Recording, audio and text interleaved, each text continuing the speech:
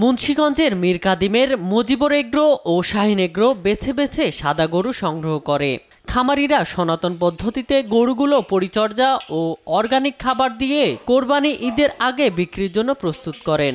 ঐতিহ্যবাহী এই সাদা ডবল গরু আমাদের পূর্বপুরুষ থেকে লালন পালন করে আসছে। এখন এই ঐতিহ্য ধরে রাখার জন্য আমরা এই গরুগুলো লালন পালন করে থাকি। এই গরুগুলা প্রায় 1 বছর পালন করি আমরা। বাংলাদেশে বিভিন্ন জেলা থেকে ক্রয় করে আমাদের এই গরুগুলা যথেষ্ট সেবা যত্নে আমাদের লালন পালন করা হয়। তার মধ্যে সবচেয়ে চমক হচ্ছে এগুলা খাবার, এগুলা যত ডালের ভুসি খাইয়ে এই গরুগুলা হৃষ্টপুষ্ট করা হয়।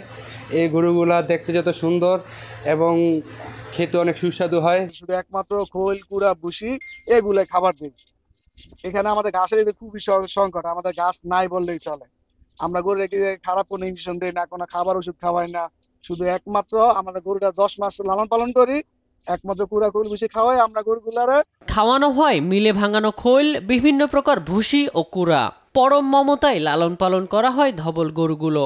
কুড়া, ভুট্টা, মুসুরি পাউডার, খোল, নানান জাতীয় খাবার খাওয়ায়।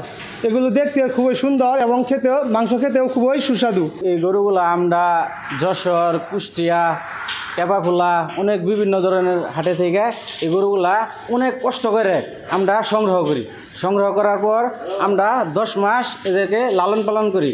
খুব যত্ন সহকারে লালন পালন করতে হয়। খুব যত্ন করতেছি, খুব পরিষ্কার রাখি, খুবই করে রাখি। মীর কাদিমের ধবল গরুর বৈশিষ্ট্য হলো এই সমস্ত গরুর চোখের পাপড়ি, নাকের সামনের অংশ, পায়ের খুরা ও লেজের পশম সাদা থেকে হালকা বাদামি হয়ে থাকে।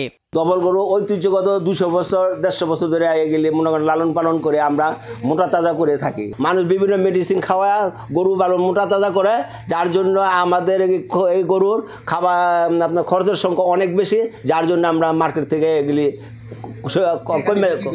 কমে যাইতেছে, যার জন্য আমরা মুসলিমে কিছু লোক অনেক নিজেদের আদি ব্যবসা ধরে রাখছে। এটা আগে থেকে অনেক বিখ্যাত, এটার আগে প্রচুর পরিমাণে ছিল, এখন আমাদের এইখানে এত পরিমাণে পাওয়া যায় না।